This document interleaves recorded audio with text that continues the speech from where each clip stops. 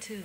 Cultivate joy hour by hour, smile by smile, flower by flower, sow seeds of joy on gloom and despair.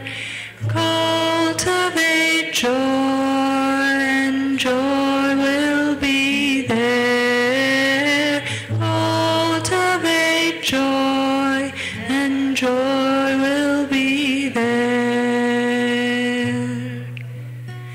Cultivate peace hour by hour, smile by smile, flower by flower, sow seeds of peace among hate and fear. Cultivate peace, and peace will appear. Cultivate peace, and peace will appear. Cultivate love hour by hour, smile by smile, flower by flower, sow seeds of love among hard and cold. Cultivate love, and love will take hold. Cultivate love, and love will take hold.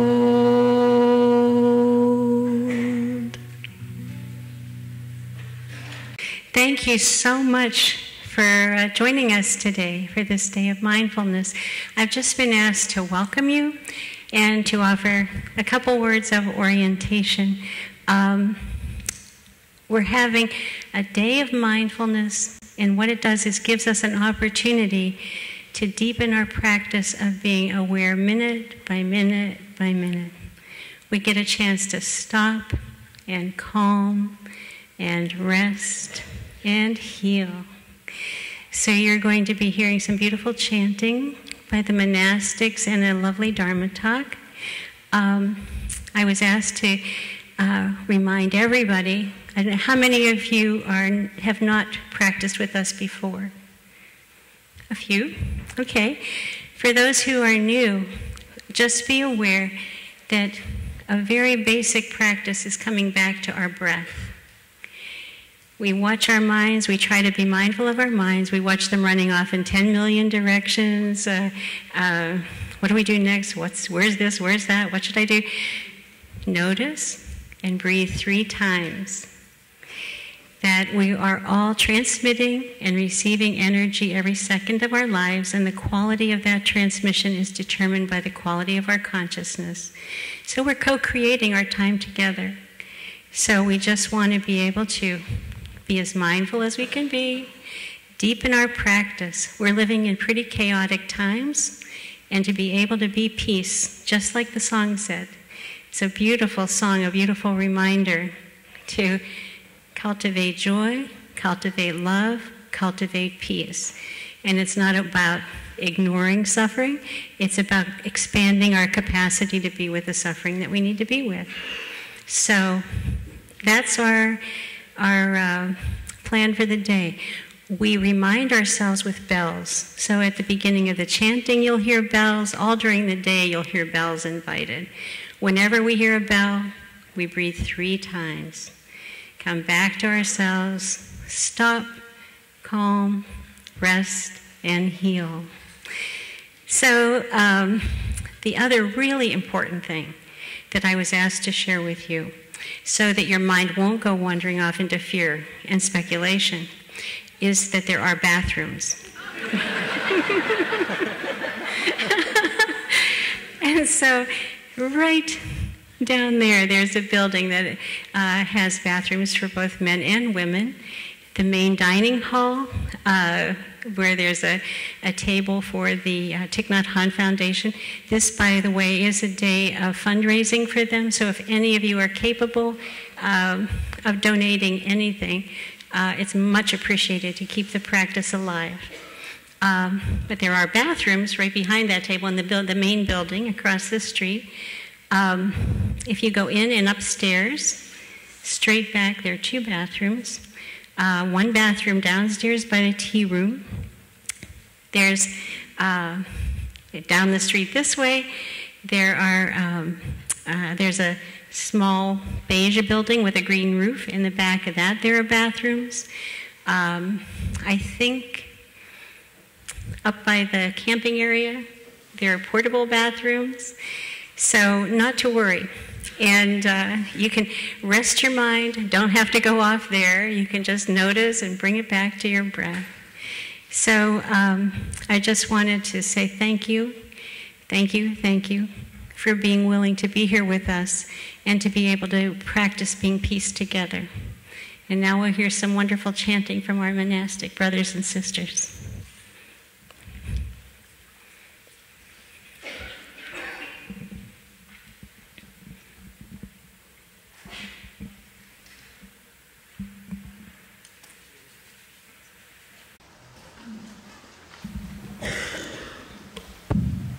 Brothers and sisters, this morning we will be chanting listening to the bell, followed by Gattu.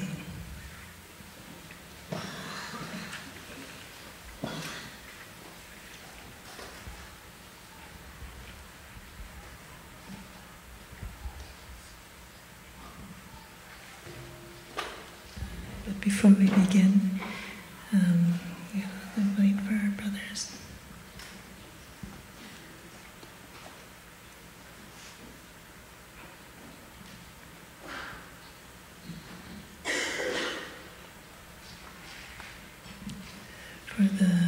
So we will chant listening to the bell first, and then after that we will chant Gattu. And we begin with Maha Prajna Paramita.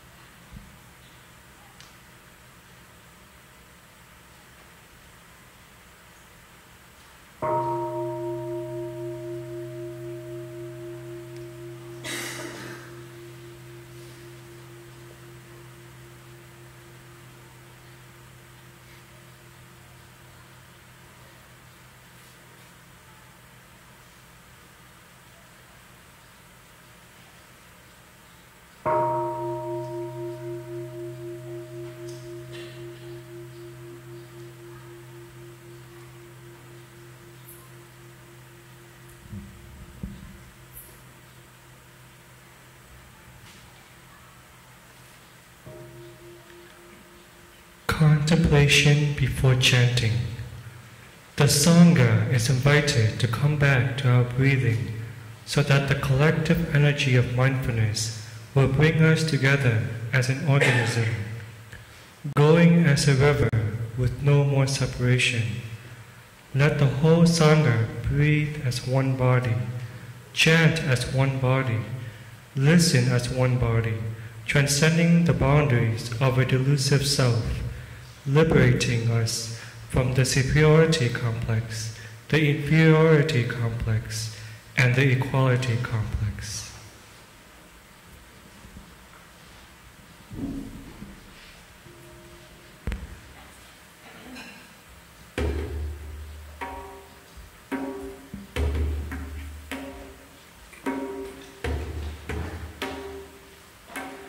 With body, speech, and mind in perfect oneness.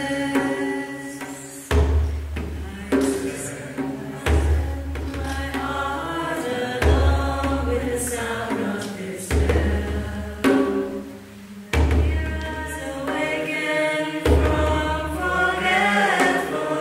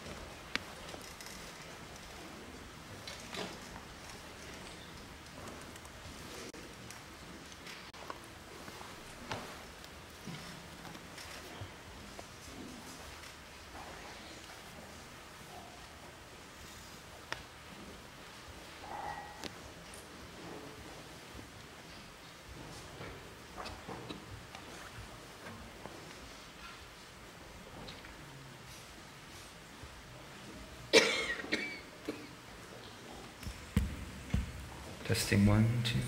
Can you hear?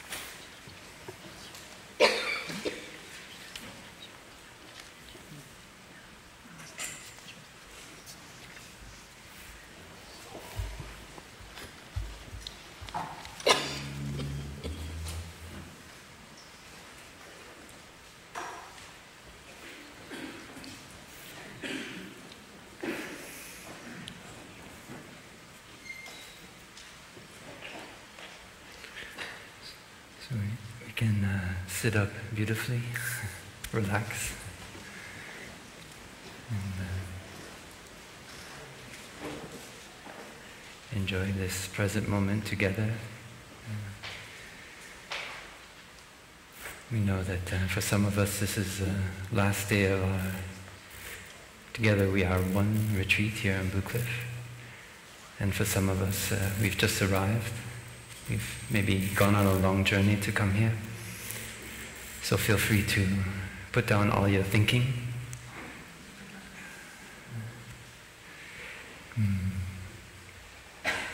See if you can stop running and come back to this present moment, your breath, your body, and the community of practice that surrounds you, brothers and sisters on the path. As we listen to the sound of the bell, we can just allow the sound of the bell to penetrate every cell in our body. We not only hear it with our ears, we let the vibration resonate through every cell in our body. We know our father, our mother, all our ancestors make up every cell of our body. And with the resonance, the waves vibrating, we allow this present moment to touch all our ancestors right here, right now.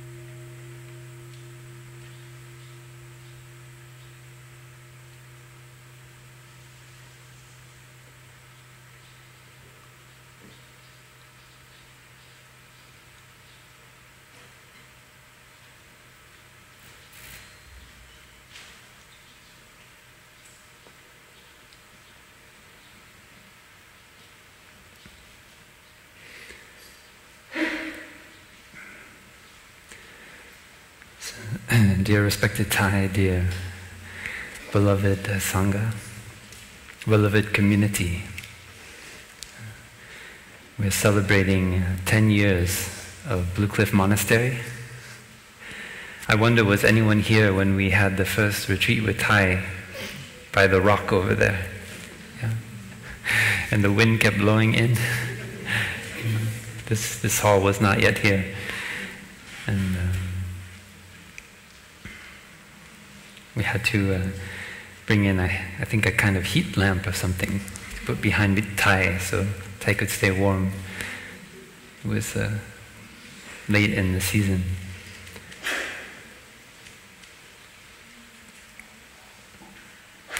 And there was a lot of excitement around creating this new practice center. We had been in Vermont before then.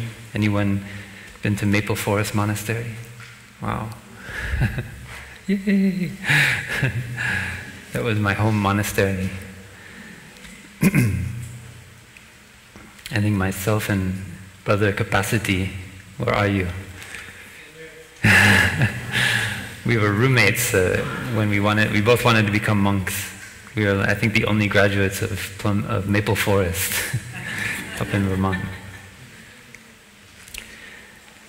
And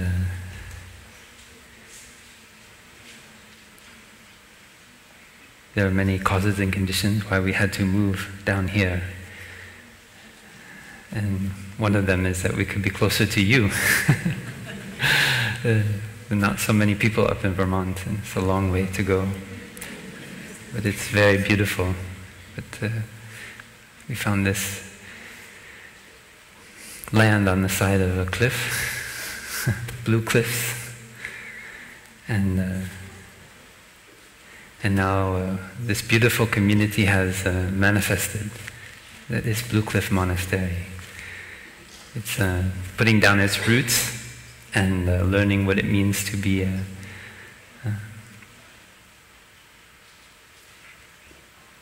a dharma center in America.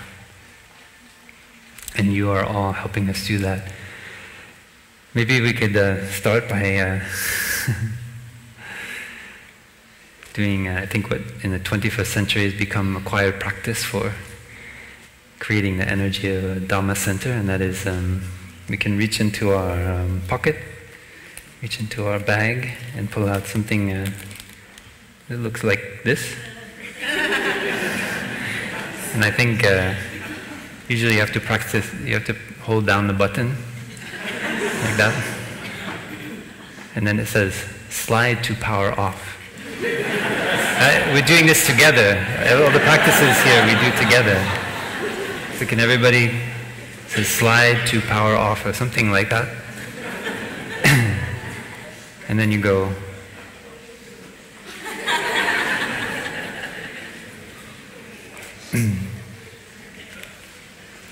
Okay, now we are connected.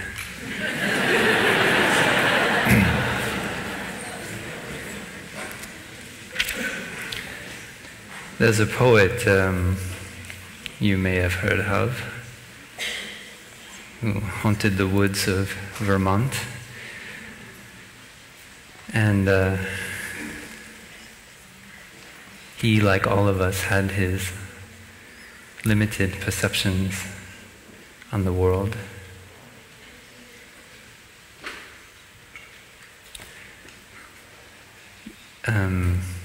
But yesterday when there was a question about the wall that we erect in ourselves, the kind of fortifications that we build to protect what is ours from what is theirs, was asked, and we didn't have time to answer that question, and it sat in my heart, and I remembered this poem.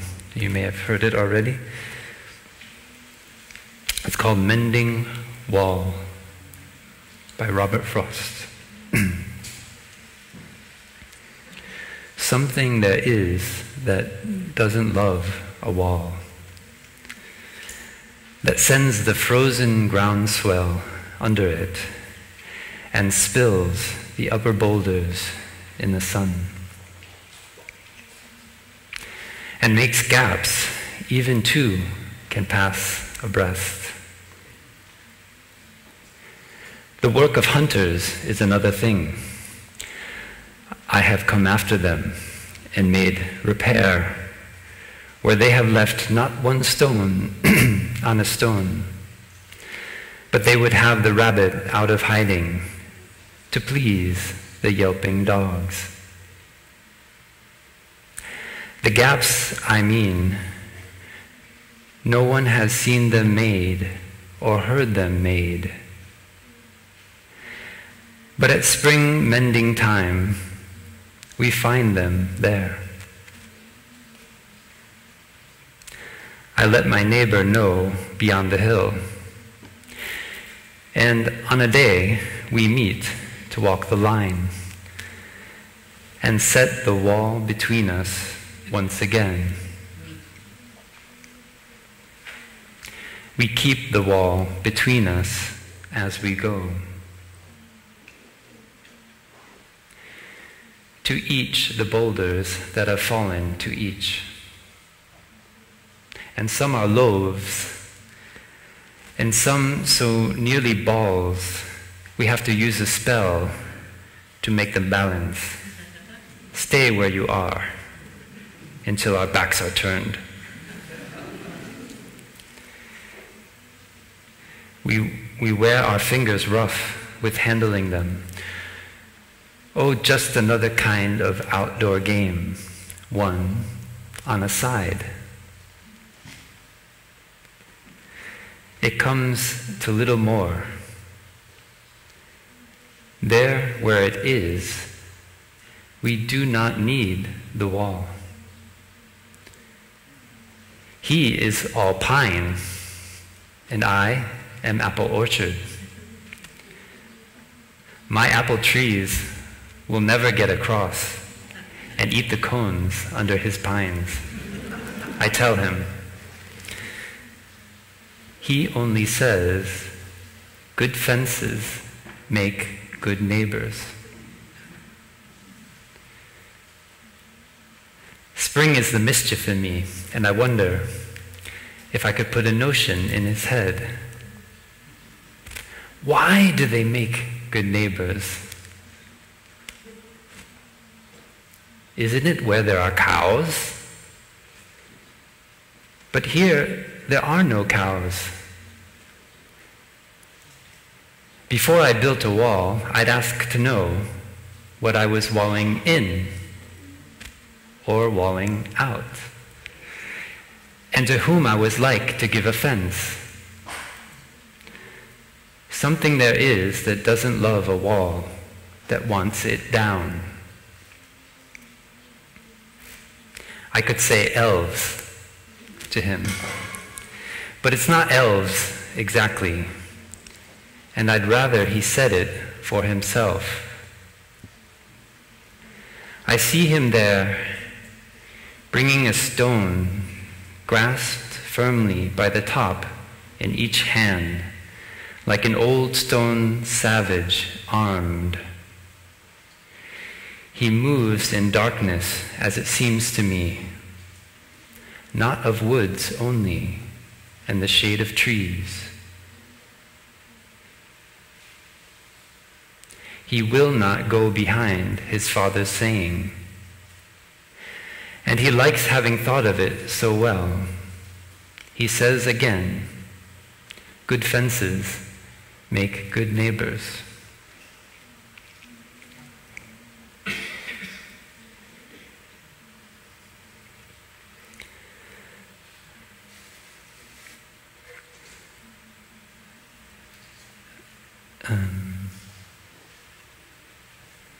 Last year there was talk about building a wall. You may have remembered.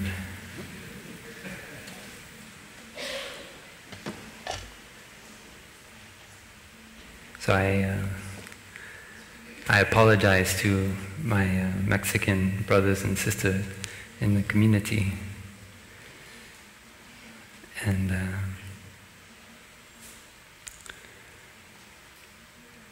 I try to look deeply at this this darkness in me that says good fences make good neighbors.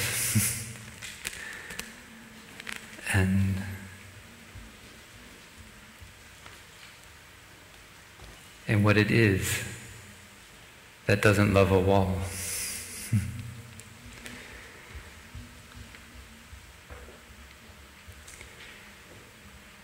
And I came back to my breathing. When I breathe in, I'm aware I'm breathing in. And when I breathe out, I'm aware I'm breathing out.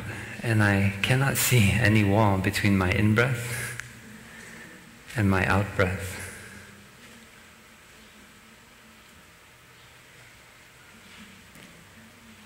And I remember when our teacher would show us how to breathe in and breathe out. Maybe I show you on the board.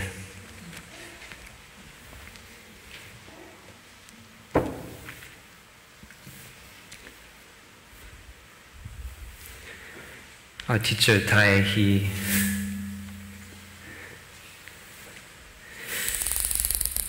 trained us not to change our breath when we become aware of it. Our nature is, by habit, when we bring our attention to something, we tend to try to manipulate it or control it. So Thai offered this figure, like a figure 8, when we breathe in and we breathe out. In, out. So the in-breath goes in, fades into the out-breath, and the out-breath fades in to the in-breath.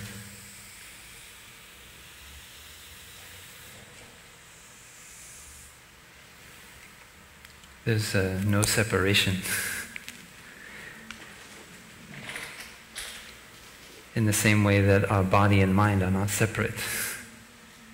So we've been learning here the deep practice of together we are one. We can say we as a Sangha are one, but more close to home, our body and our mind are one. Together we are one is a practice of unifying our body and our mind. So when we breathe in, we allow our attention to fully rest in our in-breath. There's no separation. In fact, the very attention itself becomes one with the breath. We learned already that consciousness can only arise when there's an object, the sense organ, the faculty, and the object. And when we practice deeply, the subject and object become one. They are no longer separate. Because if you remove one, then the consciousness disappears. It cannot be there anymore.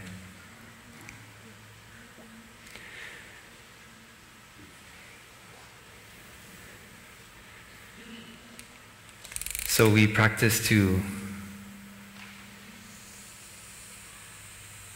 see the connection between our in-breath and our out-breath. If we don't breathe in, how can we breathe out?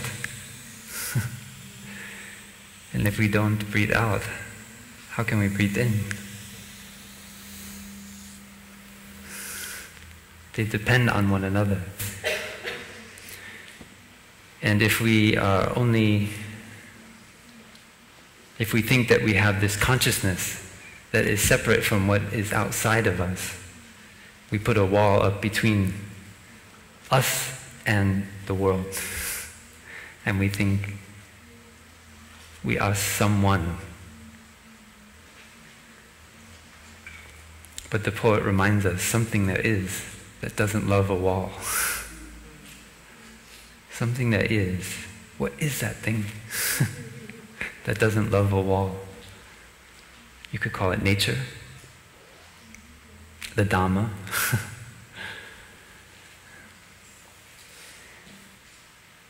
So the insight is that when we remove our tendency to control, to build the wall,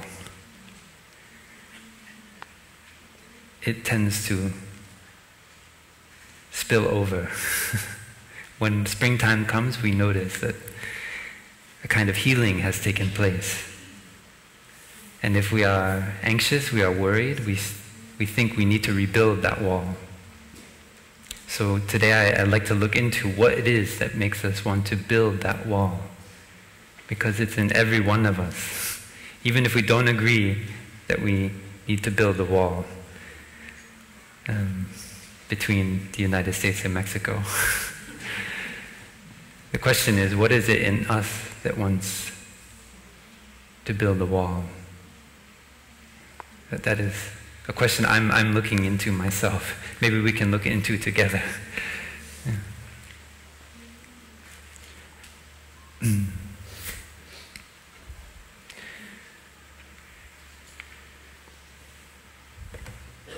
We can come back to our breathing.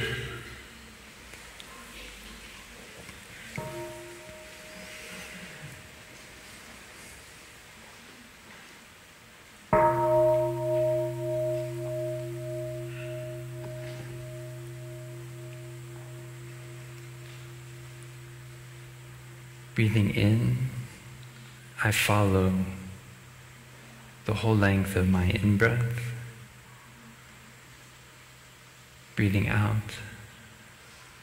I follow with attention the whole length of my out-breath. In, out.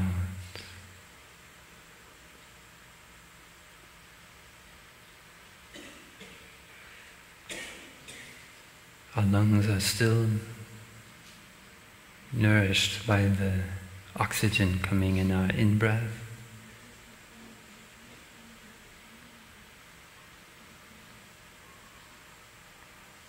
And already the carbon dioxide is seeping out into the air in our lungs as we breathe out. Already, as we breathe out, the lungs, the cells in our lungs are searching for the oxygen still left in our lungs. And then we breathe in. We become aware of the oxygen traveling through our bloodstream, nourishing our limbs, our muscles.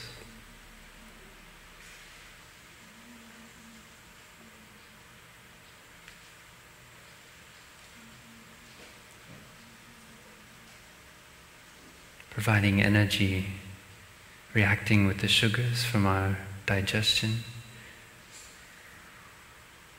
generating energy, building, regenerating our body.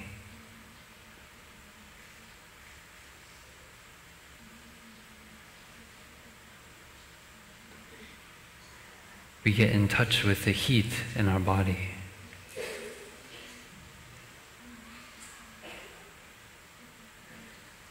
This sacred fire passed on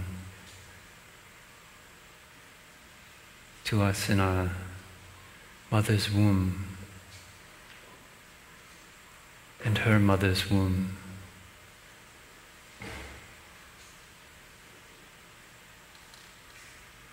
Going back in time to our non-human ancestors.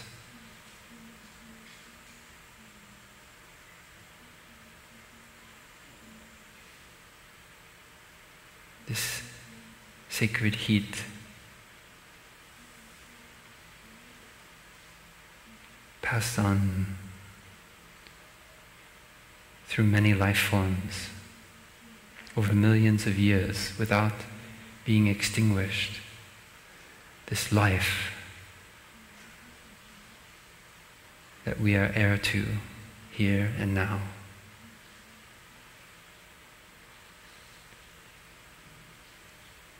In, I follow with all my heart, my in-breath. Breathing out, I follow with love and care, my out-breath. Following the in-breath, following the out-breath.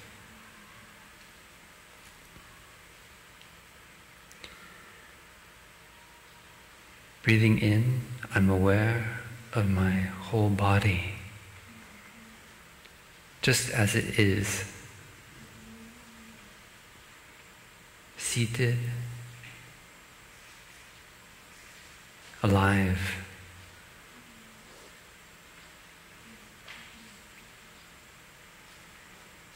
Breathing out, I accept my body as it is. I don't need to change my body.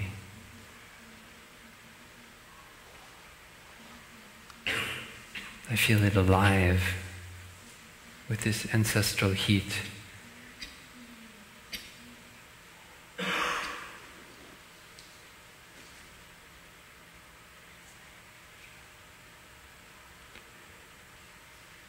Breathing in, I calm my body. I'm aware of any tension present in my shoulders, my back.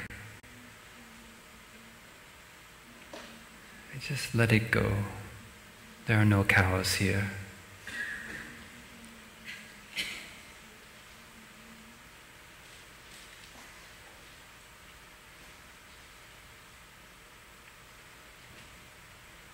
Breathing out, I relax my body. Let all my tension go into the earth. There's nowhere to go, nothing to do. Just this precious present moment.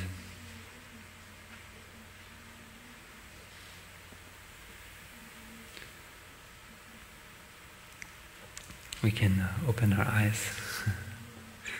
Thank you. So these are the first 4 steps of mindful breathing that we've learned. Sister Dangnim's talk the other day. So I'd like to continue to develop this. We take these steps of mindful breathing to be the very foundation of our practice here at Blue Cliff. We are aware that we don't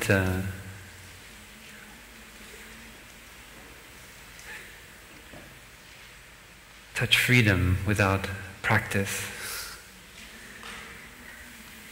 And freedom is not an idea. It's much greater than that. So we know that in order to really touch freedom and make it last in our life, that we need to have a kind of practice which allows us to develop this freedom. And mindful breathing is one of the joyful ways that we do it.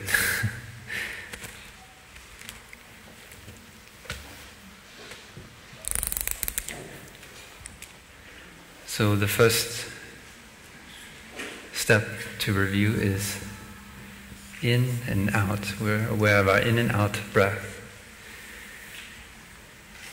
And then we follow it with following the in and out breath. If it's a long breath, we're aware it's a long breath. If it's a short breath, we're aware it's a short breath. So we become aware of the rhythm of the breath, the length, the duration of the breath. This helps us to cultivate concentration. If, like I shared, this marker is my breath, and my finger is the attention. When the breath comes in, we follow it during the whole length of the in-breath. So the tendency is to get caught in our thinking, our worrying, our anxiety. We might, 2 seconds ago, have been very determined to follow our in-breath. But 3 seconds later, things have changed.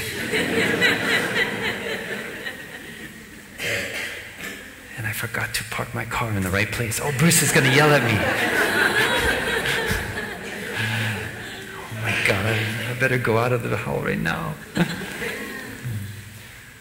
It's okay. Bruce knows I'm practicing. So I bring my finger back to the breath and I let go. It's okay. He'll drive around my car onto the lawn. Yeah. So we don't let anything get in the way of our mindful awareness. So we create this kind of environment here so that makes it easy for us. We try to put food for you, have a place to sleep. You don't need to use money here.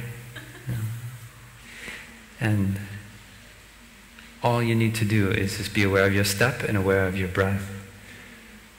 So you have the right to be aware of your breath. And if somebody comes to you and says, hey, stop following your breath, you can send them to me or anyone in brown robes, and we will come and lay down the law. You have full right in Blue Cliff Monastery to spend your time here following your in-breath and your out-breath. Whether you're walking, whether you're standing, whether you're sitting, lying down. No idea, no emotion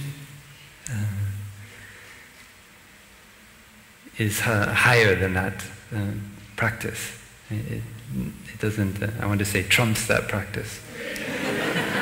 So we bring all of our attention to the in-breath, and when we notice something pulls us away, we just gently guide our attention back to the breath.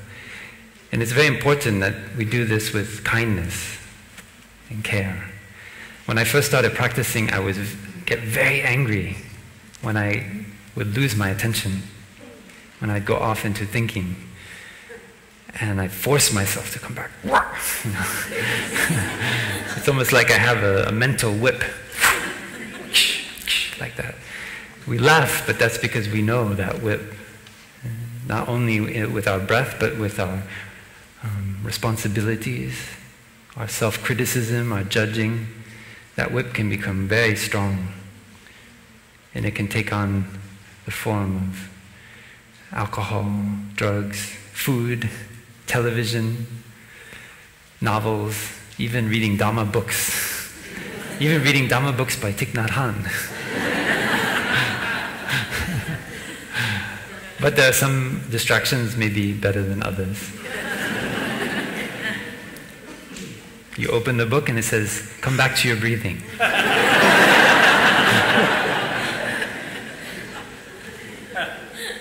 So we do it with gentleness.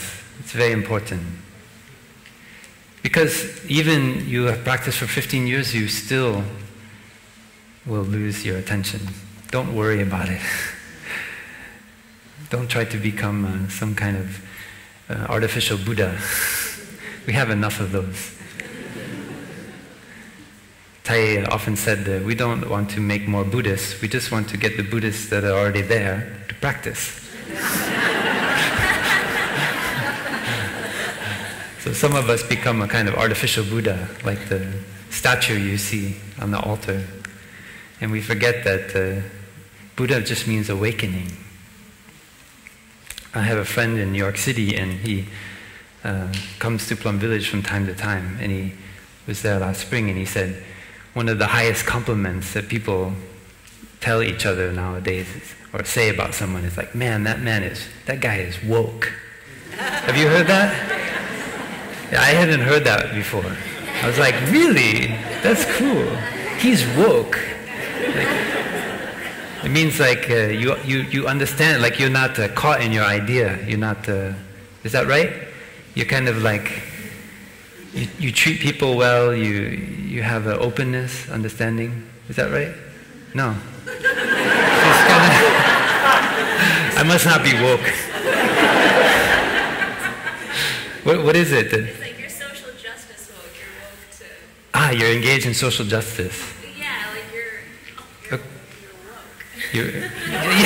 Like you're woke.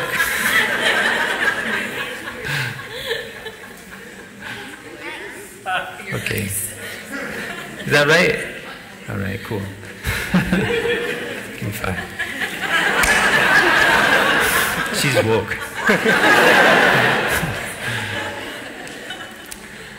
Anyway, I thought that I like that phrase because it's when I was growing up, it was like you're cool, right? It was still cool to say you're cool. Now it's like everybody says it. CEOs of big corporations say, "Oh, that's cool." It's not cool anymore. No, the CIOs are wonderful. The CEOs are wonderful too. The CEO is doing wonderful things. But anyway, I didn't heard about this, and this is really touching the root meaning of Buddha. It's awake, awoke. Actually, it's the past tense. Buddha is an adjective to describe somebody who is woke. Yeah. And the Buddha was engaged deeply in social justice. Many people are not aware. He was ordaining monks and nuns from every strata of society. At that time there was a lot of discrimination around who could be a holy person.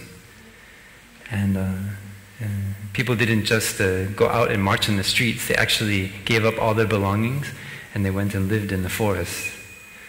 So sometimes we feel, oh, we are very active. I don't want to be passive. I'm going to go to a demonstration. But are you ready to let go of your house, your apartment, even your clothing, and go wander around naked in the forest?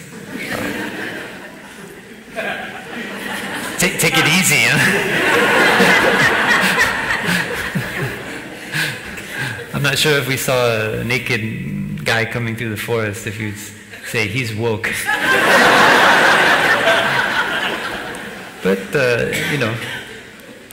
there are worse things being done. There are. So Buddha is just to be awakened, woke. And we wake up to the present moment. So it doesn't mean that we have to be a full-time Buddha all the time. Right? But we can touch it in every moment. We think that the Buddha is something that we can't even consider to attain in this lifetime. And then we put it out there, right? We create a wall between ourselves, me, and the Buddha. We put him on the altar over there, and flowers around him. Usually when Thai comes here, one of the first things he would do is take the Buddha off the altar. And just put flowers. And he said the meditation hall of the 21st century, we only need flowers to remind us of our freshness, our presence. The flower is already enough. So with this practice of mindful breathing, we allow our attention to become one with our breath. We understand that without attention, there is no consciousness of the breath. The attention cannot exist by itself alone, but it needs an object. And the object here is our breath. So during that time, we are following the in-breath and we are fully there. And as we follow the out-breath, we are one. Body and mind become one.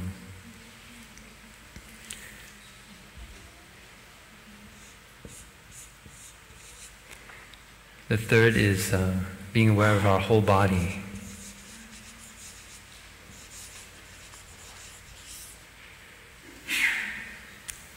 So we accept the body just as it is. We have the tendency to want to change our body, to make it something other than it is, because we see the images in movies. We see somebody who we think is very beautiful, and so we want to alter our body to be like that person. And so we get in front of the mirror and we put on makeup. We try to wear the kind of clothing that we have to breathe in without breathing out to put on.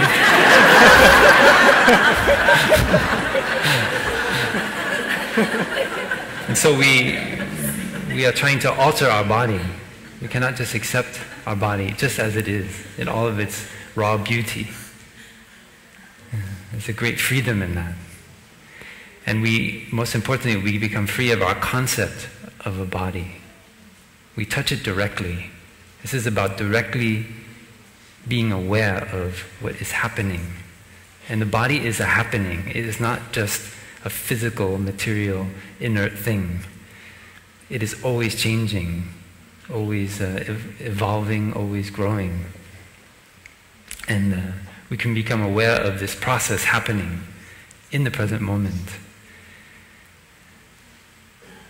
It's like, that's why I love this poem, it's like the groundswell of the frozen earth that just naturally pushes up and causes the boulders to spill off.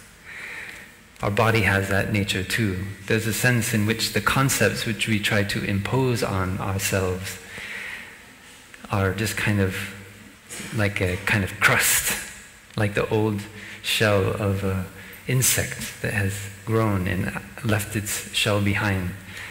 Somehow the body needs to continue to molt in that way and grow and evolve. and change. And by just bringing this direct awareness of our body in, we allow that change to take place, that impermanence to happen. We no longer judge it, or try to make ourselves look young like we once were. We just allow the beauty of what is happening to spill forth. So that is the practice of being aware of our body. And the fourth is relaxing, calming the body. When we bring this kind of attention to the body, it naturally becomes calm because we're taking care of it.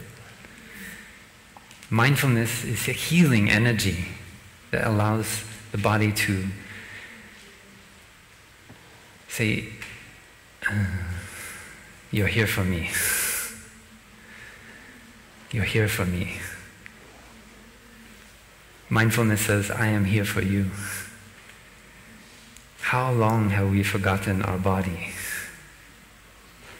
For how many years have we neglected to take care of this beautiful manifestation that we are offered from our ancestors?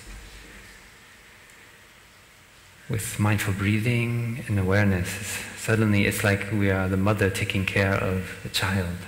We are holding it in our arms, taking care of our body, allowing it to grow.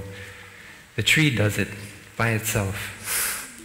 It doesn't have any concepts of how beautiful. The oak tree doesn't think, I wish I could be a maple tree. I've never seen it. An oak tree only wants to be an oak tree. It's in its full blossom of life as an oak tree. And yet we look over at the maple trees and we wish, oh gosh, everything would be all right if I could only be a maple tree. People would want to come and tap me.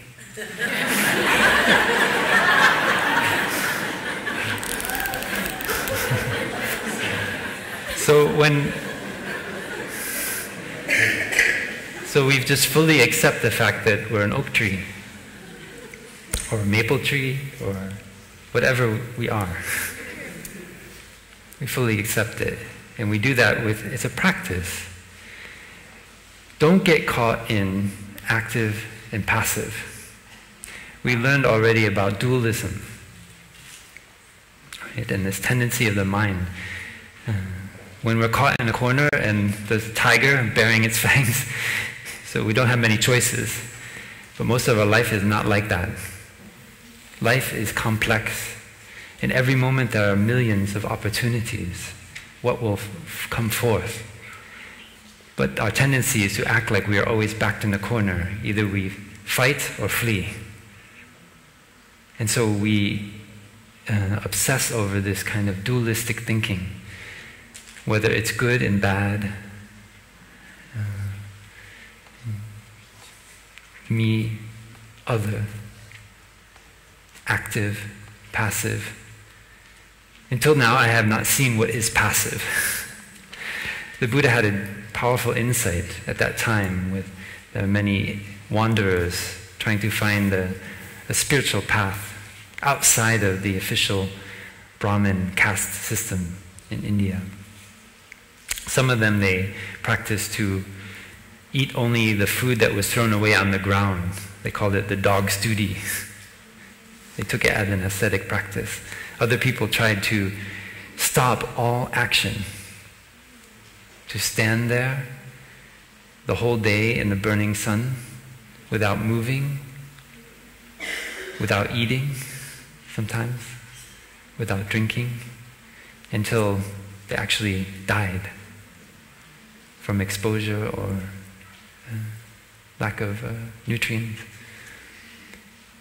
Because they got in the idea that if they could stop all action, then that would bring the end of suffering.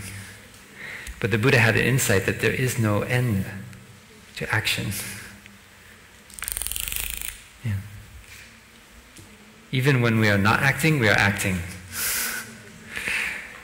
So he looked deeply into our consciousness, and he saw that thinking is acting. Thought is action. So we can listen to the bell and just practice guiding our attention to the breath and our body and see that this is an action. This is a statement. We are standing up for mindfulness. We are standing up for nature.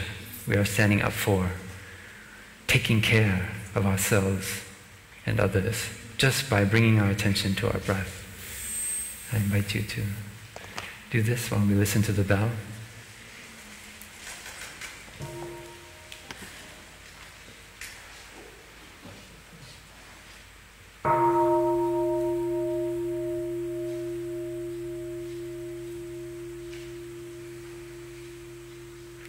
Aware of the breath, my body becomes calm.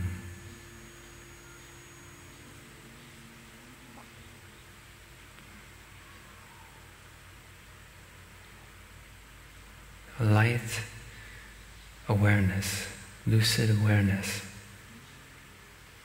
of my body.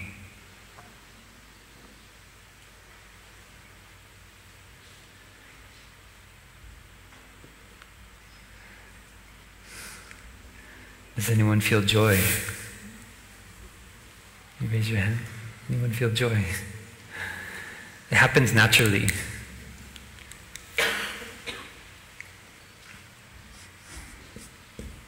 Generating joy.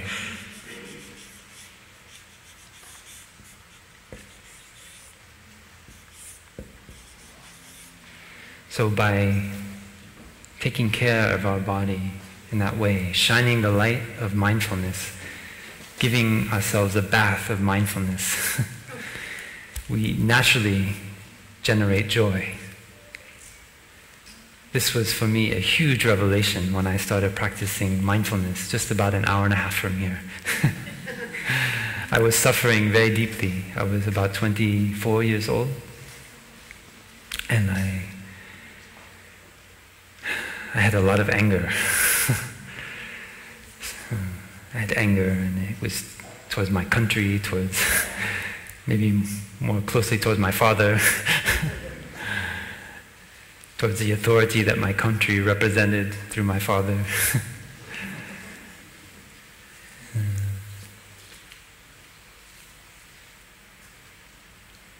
I was angry at those who had so much greed. But mainly I was angry at someone outside there, outside of me. I had been building very articulate walls.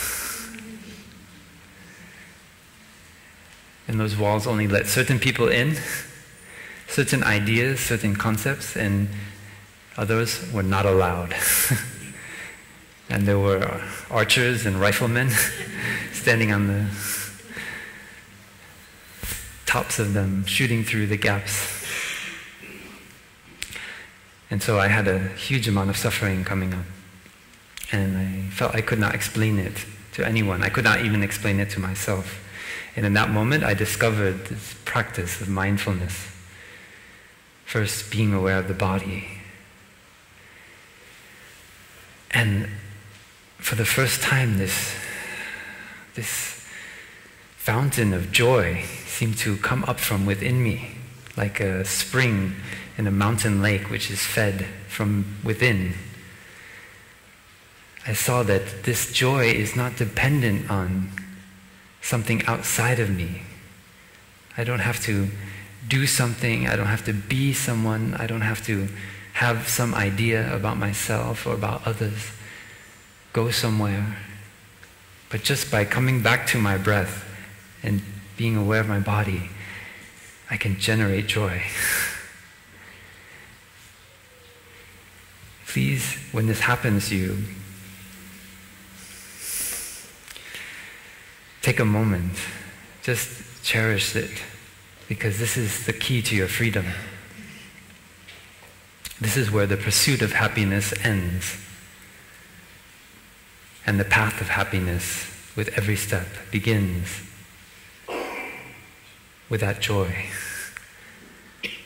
That is our freedom.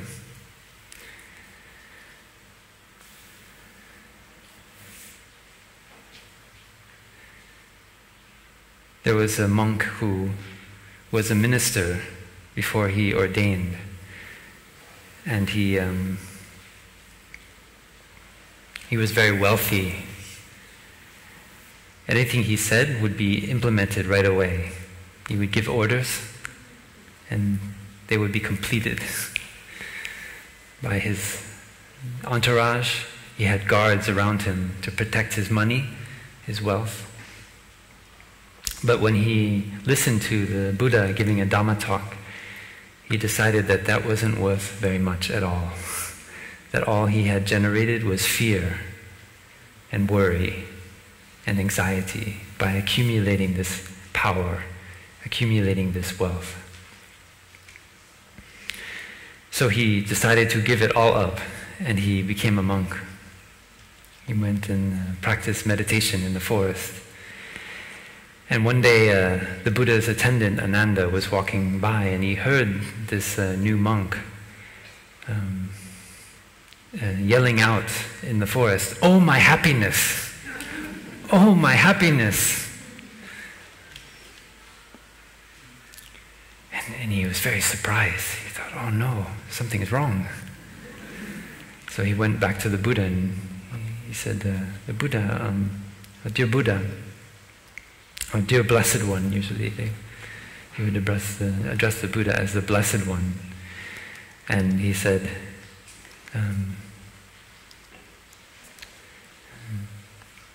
"I was listening to one of our new monks doing his meditation practice in the forest, and he yelled out, 'Oh, my happiness!' And I thought, oh, he must be very, very sad, having lost all of his happiness, his wealth, his fame, his power. He must be suffering greatly to be now just a monk with only a robe sitting in the forest." And the Buddha just smiled, and he said, "Ananda, will you call that monk here?" And so Ananda went to get him, thinking, "Oh, I'm going to help my young brother. He must be practicing incorrectly. The Buddha will give him the right teaching on the Dhamma, so he won't suffer so much." And so the monk came, and the Buddha sat there with him and Ananda and said, "My dear monk, we heard that you exclaimed, 'Oh, my happiness,' in the forest. Why did you exclaim such a thing?" And the monk said, "Oh, dear Buddha, when I was a minister and I had so much wealth and power, all day and all night I feared someone coming to take my wealth, to harm me, to steal my things. And now as a monk, I am totally free of wealth. I am totally free of guards and armies to protect my power and my wealth. And so when I yelled out, 'Oh, my happiness,' I was exclaiming my joy at being free of not having any more things to worry about. I'm not even worried about this very body, about losing this body, because this joy is so great it transcends this body." And so that was the Buddha's way of teaching Ananda, because I think he knew why he had exclaimed this thing, why he had said, "Oh, my happiness." He knew that it was because he would learn to generate joy, the joy born from freedom.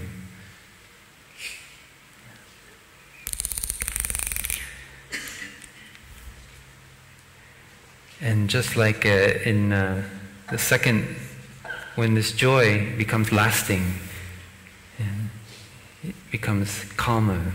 Sometimes in joy there is still some excitement.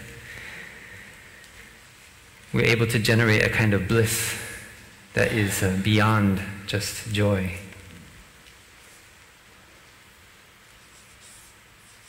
Generating happiness.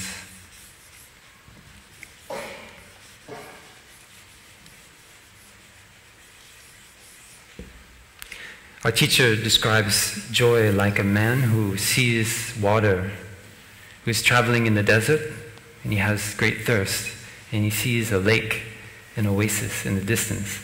So he feels joy to discover this source that will end his thirst. But when he actually arrives there and he kneels down and he cups his hands and drinks the water, that is happiness. So joy still has some expectation, some excitement in it. And happiness is the deep, lasting contentment that slakes our thirst. It's like the calm surface of a lake. The mountain contains the lake. It is held there. So its potential is long and vast, but it is calm. We practice to generate this kind of happiness in our practice. Together, it's a little bit easier. That's why we come together and have days of mindfulness like this. Because when we feel people around us who have that kind of lake of happiness already held within them, it's much easier to touch it ourselves. Many times we forget that that lake is there inside of us. We forget that we have the seed of happiness in our consciousness. So when we have brothers and sisters around us who are able to cultivate that kind of freedom and happiness, it makes it much easier. We see this is real. This is possible. We see they once suffered too, and now they are truly happy. Maybe not all the time.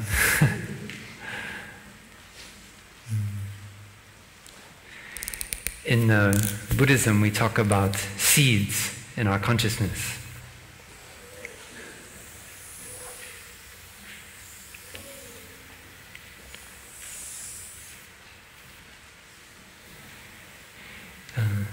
This represents our mind consciousness, what is present right now for our mind.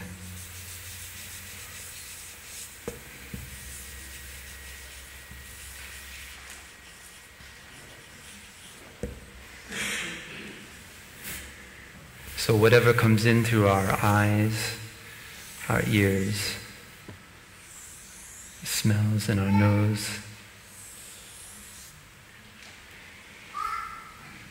our tongue with taste, and our body, they come in contact with mind consciousness as a sixth sense. We see the flower, and our eye comes in contact with the light bouncing off of the flower. We see color, we see form. So the consciousness of the eye arises based on that contact between our eye and the flower. Without that contact, there's no consciousness. But when I look away, I don't see the flower anymore. So it's no longer present to my eye consciousness. But in my mind, there is still the image of the flower easily available. So the mind is a kind of organ, and it comes in contact with our thinking, our thoughts, our imagination. That is what is present here in this area of the mind consciousness. And there is an area of our mind that we don't have direct access to. We call it store consciousness.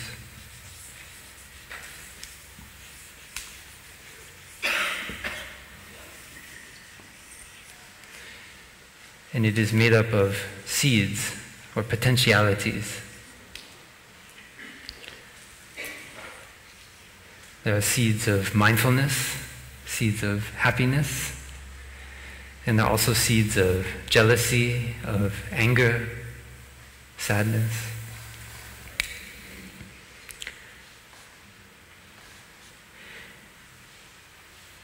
And when there's sensory input, it comes through our mind consciousness and it touches the seeds. Or a perception or a thought may manifest, which then touches a seed and allows it to manifest in our mind consciousness. It's like this is the basement where we store everything, and this is our living room where we entertain the guests of our what we call mental formations. They're forms that arise in the mind based on seeds or potentialities.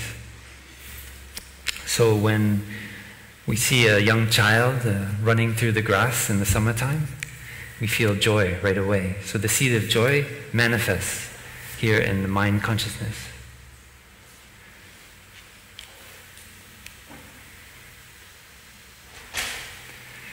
But if we see a dog that is beaten by a chain, one time I remember in the train station in Paris, and I saw a man with a chain beating a dog, and I had dogs since I was very young, and I don't know why it's so difficult, but right away, without any warning, the anger flashed up in me.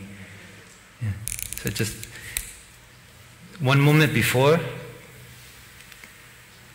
I was not angry at all. There was no anger.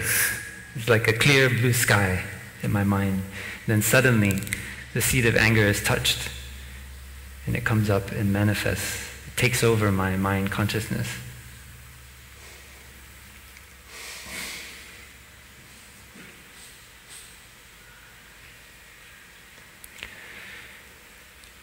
So the practice helps us to see what do we do when that happens, when a strong emotion arises in our consciousness.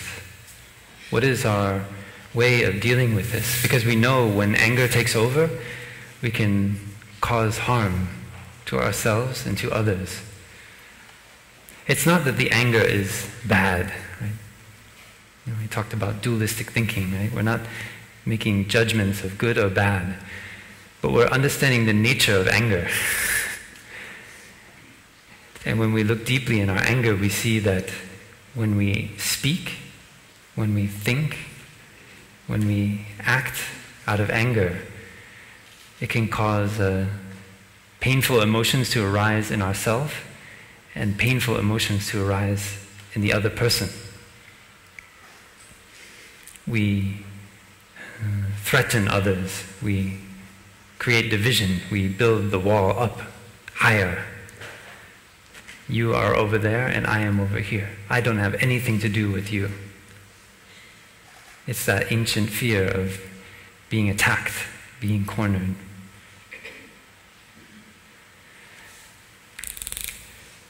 So we have a way of dealing with this anger. So the seventh step is to recognize a painful emotion, painful feeling.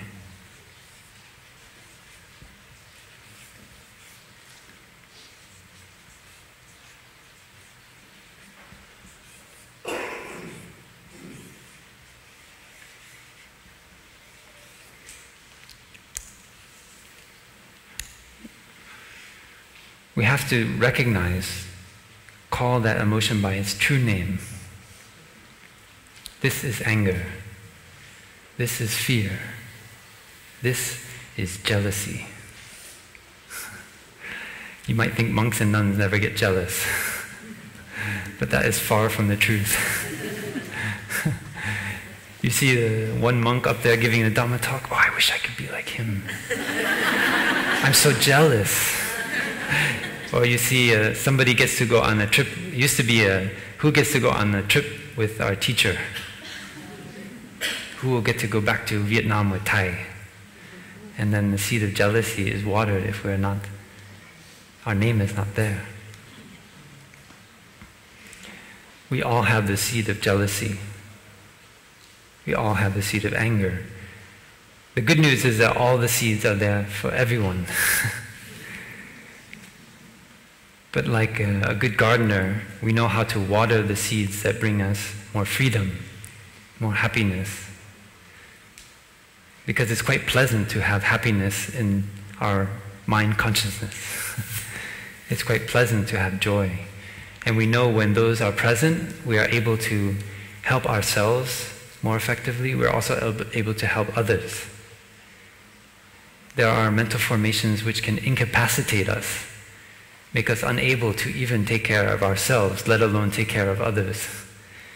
So as a practitioner, we learn to water the seeds in our consciousness that allow us to be more free, to touch real happiness that makes us free.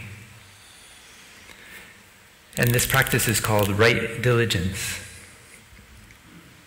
What we're doing here by watering the seeds in store consciousness is taking care of our garden, the garden of our mind.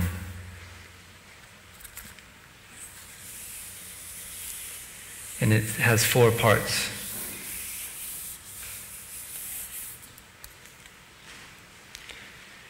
The first is we prevent the seeds that are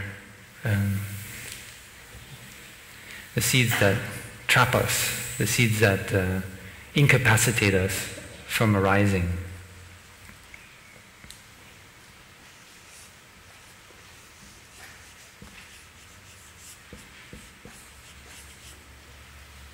You could say harmful.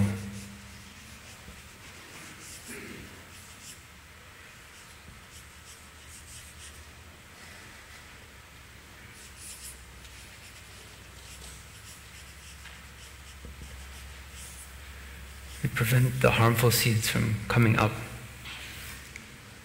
We have wounds in our consciousness, in our collective consciousness, and in our individual consciousness. Actually, there's no separation.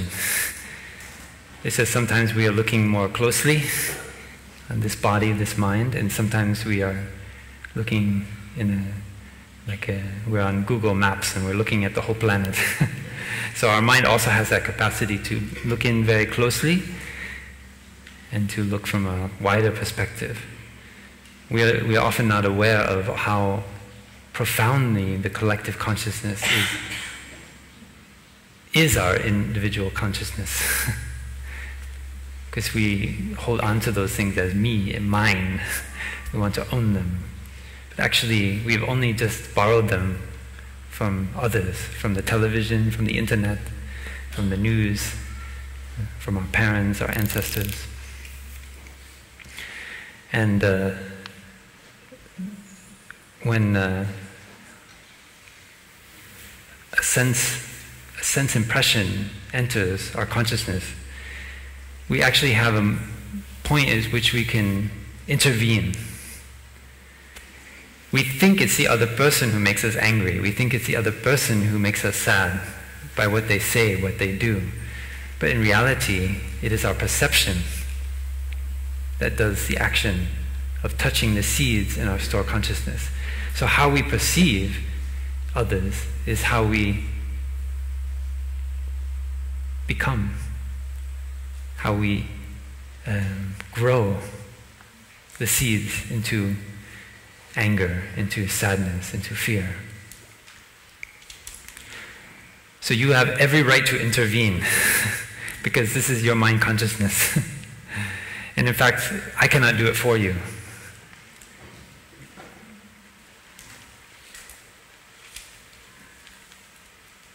can follow our breathing.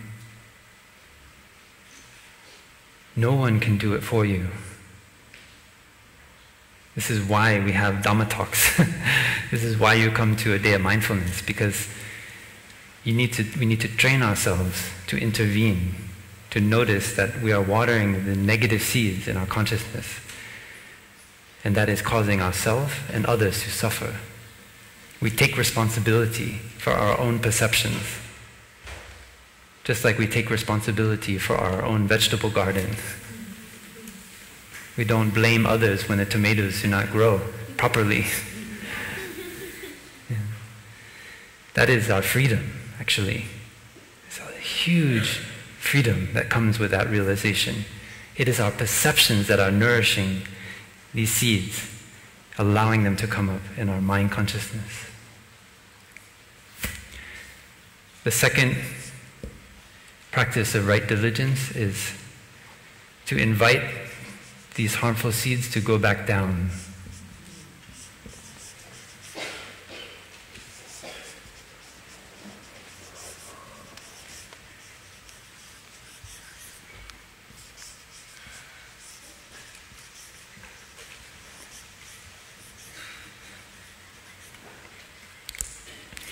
This is engaged Buddhism. We know that we are not a separate self.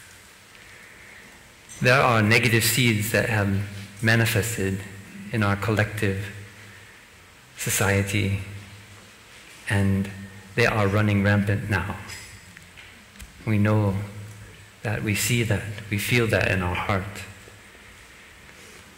And we feel like we need to go out there to do something, to invite those formations to go back down. We feel like to be an activist, we need to run out screaming. But are we able to invite our anger to go back down into store consciousness? Have we learned how to touch the seed of mindfulness in the store consciousness by being aware of our breath, being aware of our feelings, our painful feeling, and allow it to bathe our anger in mindfulness? To invite that anger to go back down. Dear anger, I know you are there. I know it's so painful what is happening. I know people are screaming hateful things right here, right now. It's alive in my consciousness. I know you suffer. And I want you to know I am here for you. I'm not going away. I'm not running. I'm not in fear of you anymore. You can hack my body. You can try to destroy my mind. But I will only love you, only care for you, only embrace you.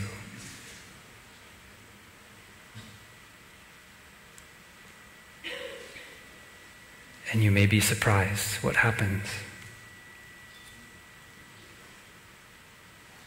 You may see that the anger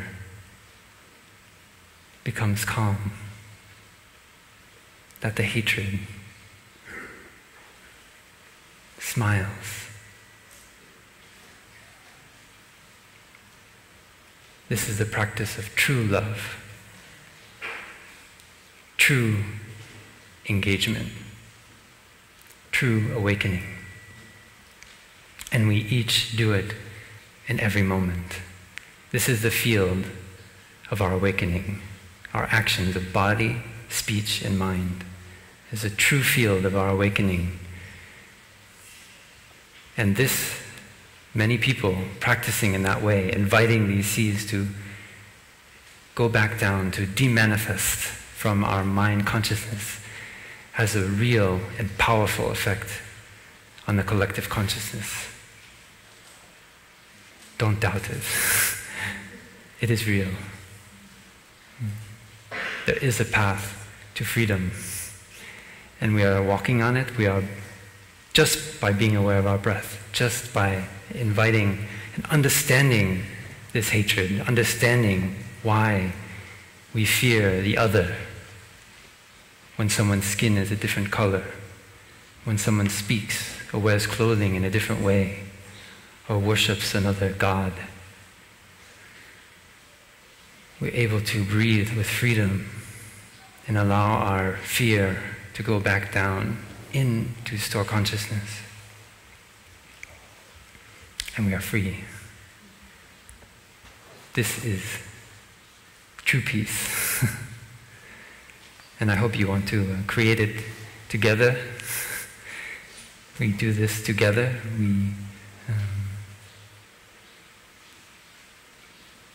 So as we go out of here and enjoy our mindful walking together, I invite you to do this practice. The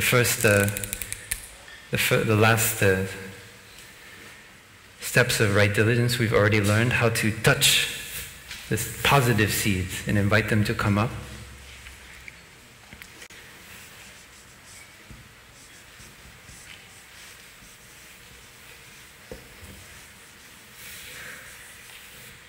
And the last is to have them stay around for a long time. It's like a very good friend who's come to visit. You want to do everything you can to keep them there. Offer them coffee, tea, cake. So you learn a skillful way to allow the joy and the happiness and the freedom to stay, the mindfulness to stay for a long time. Because you know it's only a matter of time before anger manifests again. And you remember how skillful mindfulness was in taking care of that rude guest and allowing him to calm down, to become more relaxed, to chill out, to become woke. Our practice is to wake up, is to allow hatred to become woke. We're woking hatred. That is the practice of mindfulness. So we allow the positive seeds to stay a long time in the mind consciousness.